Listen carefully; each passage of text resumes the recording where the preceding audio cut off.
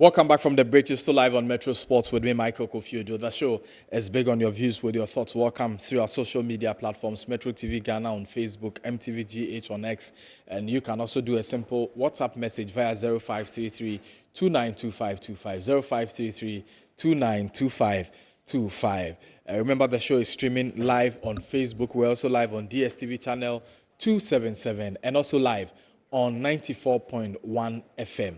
94.1 FM. So if you're leaving your homes or wherever you're going that you can't carry your television set along, you have two options. You can either go to our Facebook page where there's a live stream of the show, Metro TV Ghana, just like or follow the page, and then you check out for the Metro Sports Live link.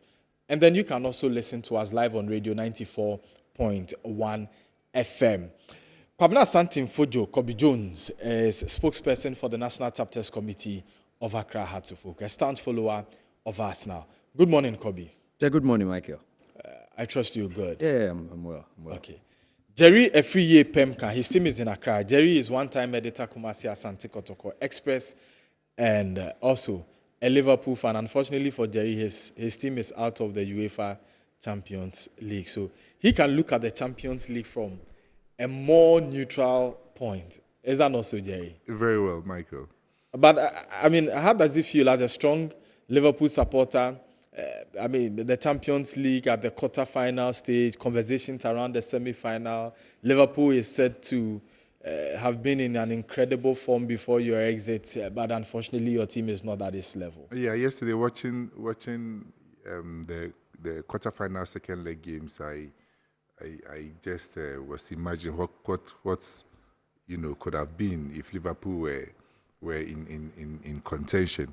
As I saw Aston Villa and Borussia Dortmund attempt, to do a miracle, attempted to do a comeback, that, and I could just imagine that if Liverpool was involved in one of these games, but the comeback kings, unfortunately, they got knocked out in the 1/16 stage, and so they were not part of it. So, well, we hope next season we'll do our homework well and come back.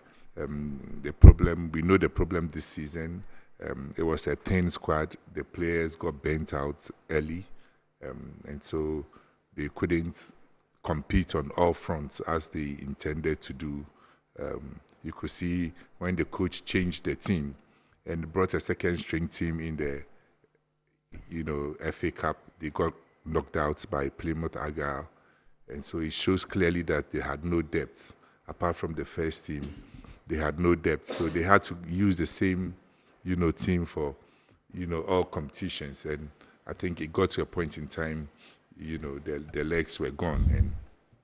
But for the fact that they have already accumulated, so much points ahead of second place Arsenal, I'm sure, Liverpool have been very nervous. They would have been very nervous at this stage of the competition because you could see that they are just, managing games and trying to grind out results, as we saw in the last game over the weekend. So, yes, Liverpool. At the beginning of the season, if you have told Liverpool supporters that they will win only the Premier League, I'm sure they would have accepted it because nobody knew what was in store with Jurgen Klopp leaving, a lot of players, having left and not being replaced. Winning the Premier League title will still be a great season, and then we look forward to the coming season. And from all sources, it looks like Liverpool will be very active in the transfer window this summer, and they will be looking into bringing reinforcements and then possibly be in the position to challenge on all fronts come next season. Okay. Without getting into the matches played on Tuesday night of UEFA Champions League football, and Dortmund really scared Barcelona fans with Sehu Guirassi's hat-trick that ensured a 3-1 victory. But Kobe, victory not good enough to see them advance to the next stage. Yeah. But like you said, I think at one stage, Barca fans were sitting on tenterhooks because the yellow people, yesterday came to the party. And prior to this game, I think Dortmund has been struggling beating Barcelona, but they did unthinkable yesterday. I was telling somebody that 4 goals scored in the game was all scored by Dortmund.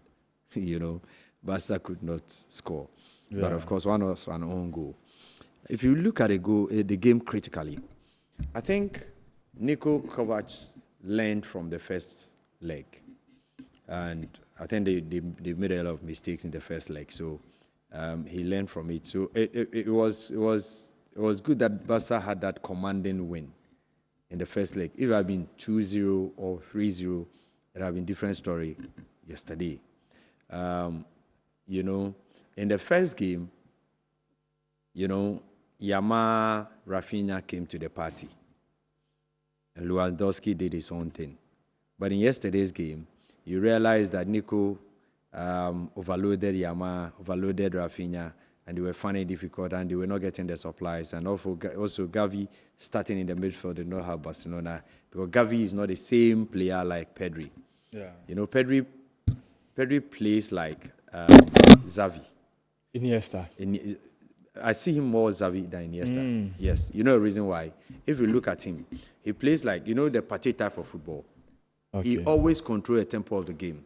He runs for ball all the time. He also makes sure he doesn't, do superfluous in terms of creating chances or making passes, simple passes. But he's always there when you need him. And I think that if he had started, maybe it would have been a different ball game altogether. But of course, you can also take out the aggression of the Dortmund team. In fact, from the blast of the whistle, they were more aggressive. They were chasing the game. Then, not like also being vulnerable at the back. They are still defending. Sehu, Jarazi, and all those people will come back to the midfield, will come and defend as well. And I think that did a trick for them. And, with the support that they had from the Signal Iduna, that also spurred them on. And that makes the game very interesting. And though you can't take anything away from Dortmund, I think they did well in yesterday's game. Tactically, everything, they were ahead of Barcelona. Barcelona didn't understand, and at one stage, Yamal has to be taken off. You could see the frustration, the kind of changes that Hans Flick made in the game. And I also think that yesterday, Barca missed Martinez at the back. For me, Areyu did not come to the party. I didn't see him that much. And, Dortmund was growing in confidence. And I think that is what did a trick for them. Unfortunately, they were not able to qualify. But, of course, they were able to beat Barcelona 3-1, which hitherto they find it difficult doing. So it was a very interesting game, very tactical game, but the more determined side in Dortmund carried the day. I think Barca, they also dropped their guard small. Maybe they thought that 4-goal advantage was huge for them, so a bit of complacency set in their team, and that is also accounted for what happened. Before they could realize they were down by 2 goals, and then the panic started coming. But unfortunately for them, an own goal scored by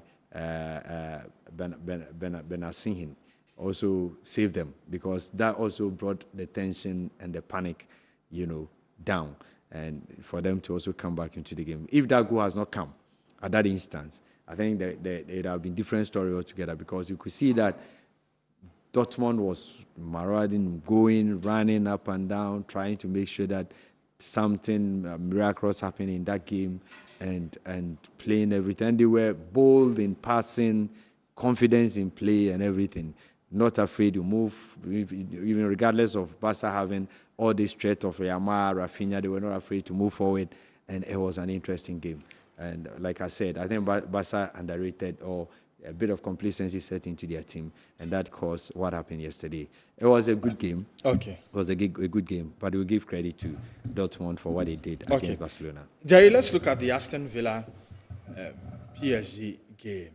And I'm sure Aston Villa will be cursing their stars, especially on the missed opportunities. Is it a game that could have traveled beyond the 90 minutes? Yeah, it's a game that even Aston Villa could have won in 90 minutes. I mean, it was already a difficult job going into the second leg down by 3-1. And then they conceded, 2 very bad goals, early in the game to make it even more harder for themselves before they settled to take the game to PSG. Aston Villa, they were out on the blocks quickly, and they tried to get the early goals. But I think, the mishap between the goalkeeper and the defender, Martinez, and the defender leading to the first goal sort of, broke their resolve, especially after the second goal also went in. It took some time for them to, I'm sure Unai Emery had to pep them up, to get them up and fight, to put up a spirited comeback. And even that, they still had the chances, to have even taken it at least to extra time. But, they were unlucky not to have, done it. I think PSG themselves were shocked. They were shocked by, because they thought it was a done deal. Even the commentators were like, PSG were, virtually, sailing to the semi-finals, and then all of a sudden, Aston Villa had to show their spirit, and I think they can keep, their fans can keep their heads up. They gave it their all.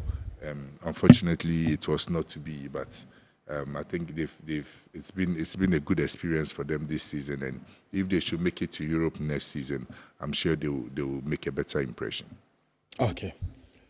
Matches coming up today. Bayern Munich down by 2-1 at the Allianz Arena last week. They now visit the Stadio Giuseppe Meazza or San Siro, where they take on International Milan. Kobe, will it be a double over Bayern Munich? It's kind of, if really followed Inter Milan in this year's competition, they've been the hardest team to beat. They've been performing well in away matches, winning matches in away. I think that if my memory serves me right, and they've not lost a game as far as the Champions League is concerned, and that makes them a very strong contender. You see, they are very disciplined side. Filippo Inzaghi has his team is more disciplined in terms of how they attack and how they defend. If you look at the Inter Milan team, you realize that it's not only in the Champions League that they are doing well, even in the Serie A, they are in a very poor position to win the Serie A. So what it means is that, their exploit and, of course, that fantastic form has not only been shown in the Champions League, but, of course, in the local league as well. And that makes it very interesting. In the first leg, I knew it was going to be very difficult for Bayern Munich. Well, Bayern Munich themselves, they've not been doing well in the Champions League this season. But, of course, playing at the Allianz Arena, we were all expecting Bayern to take advantage. And unfortunately, Inter went there with Martinez and co. and managed to, beat Bayern Munich by 2-1.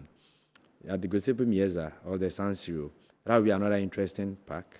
I know Inter will be very cautious, and they are one team that is very defensive, discipline in terms of competitions, and in all the matches that they play, it's difficult breaking down their defense. If should Bayern do something, then their resolve is, I know they'll go at them. They shouldn't be vulnerable at the back, because when you are attacking and you become vulnerable at the back, expect the likes of Lautaro Martinez, Florenzi, and all those guys to come at you, and that could be very dangerous for Inter Milan. Indeed, if they want for Bayern Munich, if Bayern wants to get something out of this game, then the likes of Harry Kane and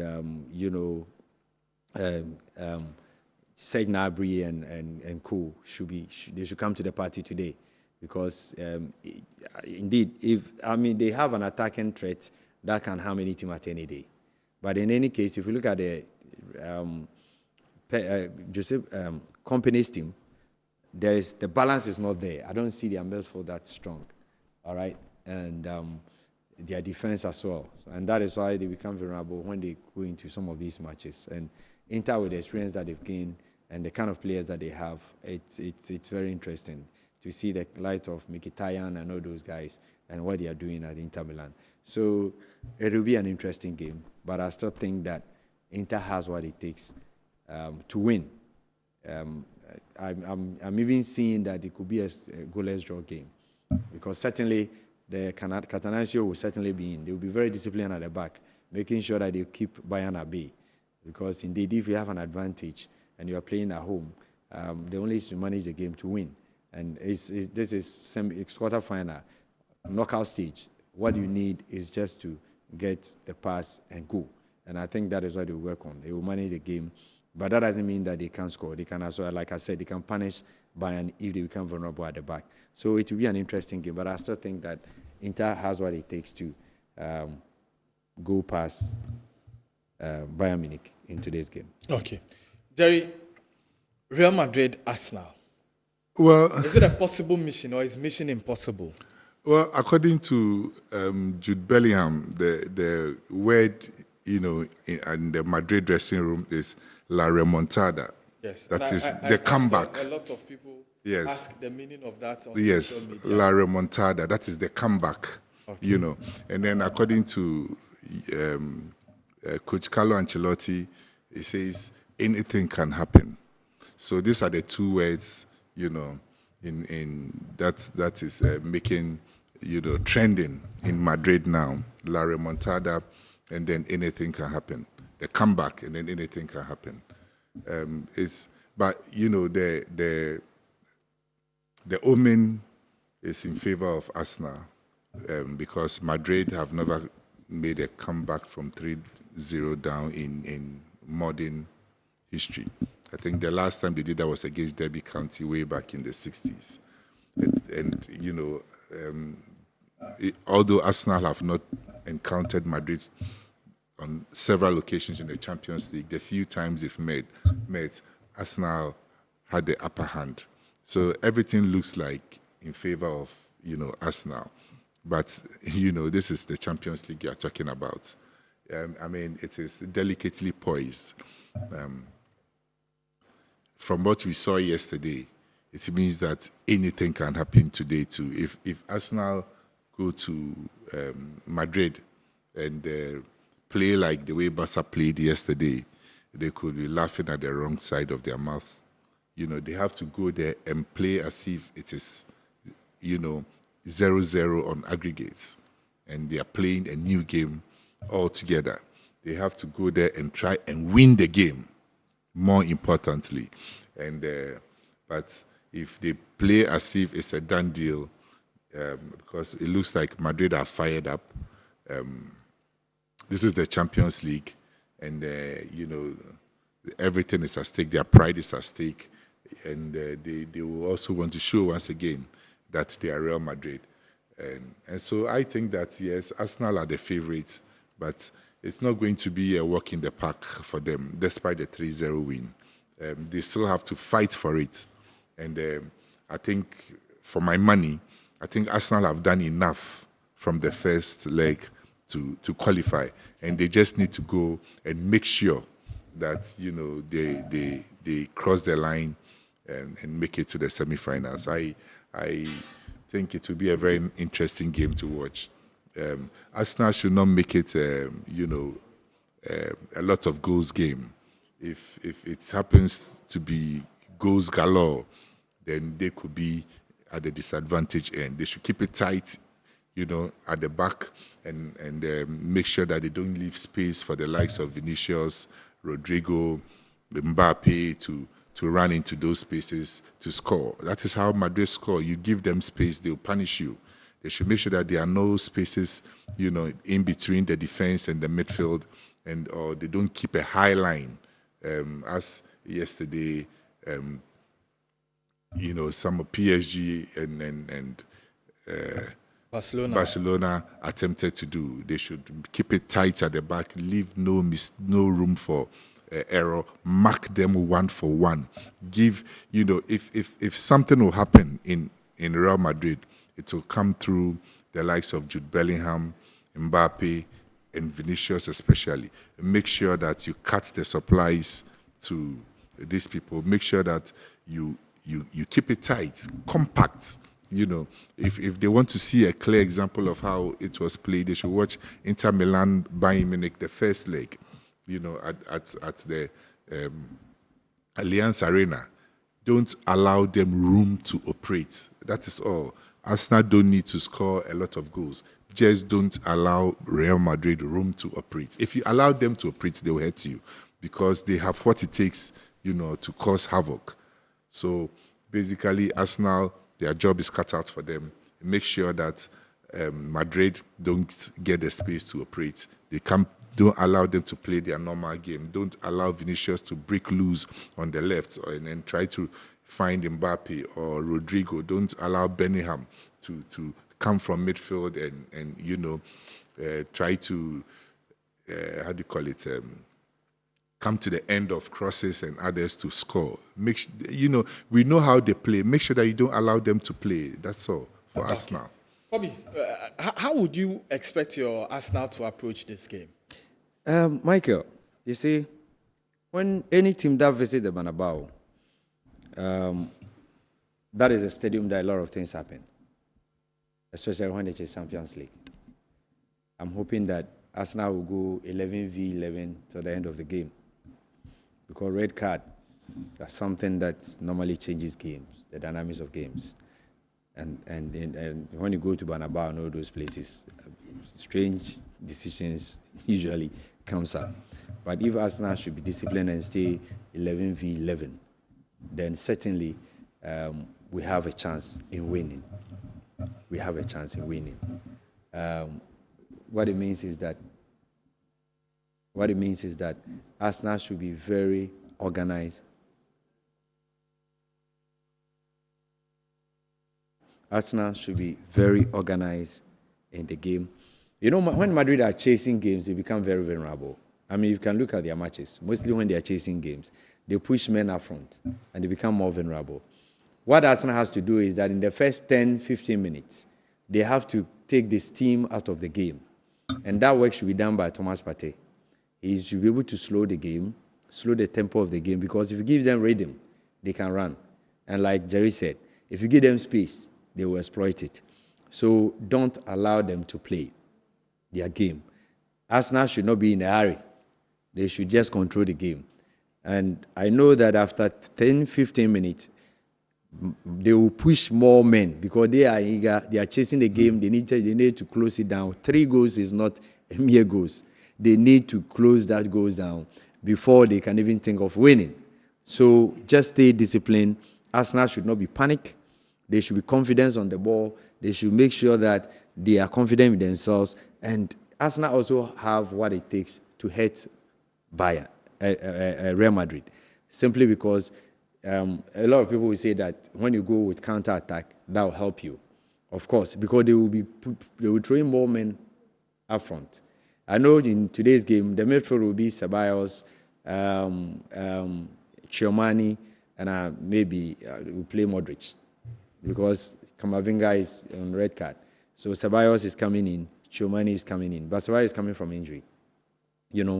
I think Tchouaméni he had a cast, and but it's Camavinga who will be missing. I know the 2 players are coming in, okay. Ceballos and Tchouaméni. Yeah, they will be manning the midfield with Modric doing the creative work. All right, then Arsenal will go with the same midfield: Partey, Rice, Odegaard. So the only thing is they have to be disciplined, like I said. They shouldn't create spaces for Real Madrid. They shouldn't allow. Yesterday what Dortmund did against Barcelona. They loaded people, and they created overload for like Yamal and Rafinha. Arsenal can create overload for, because you see, the front 3, you make it 4. Rodrigo, Vinicius, Bellingham, Mbappe. These are players who can decide moment. Any opportunity, they have individual brilliance. If you give them opportunity, they will exploit it.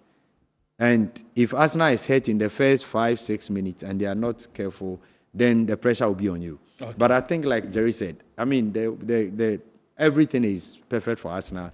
They should go there with the mentality to win, play as if you are now playing the first leg, and that you don't have an advantage. If they go with that mentality, that mentality monster, I think that Arsenal, they have everything, Michael, everything, and nothing will change. Though they are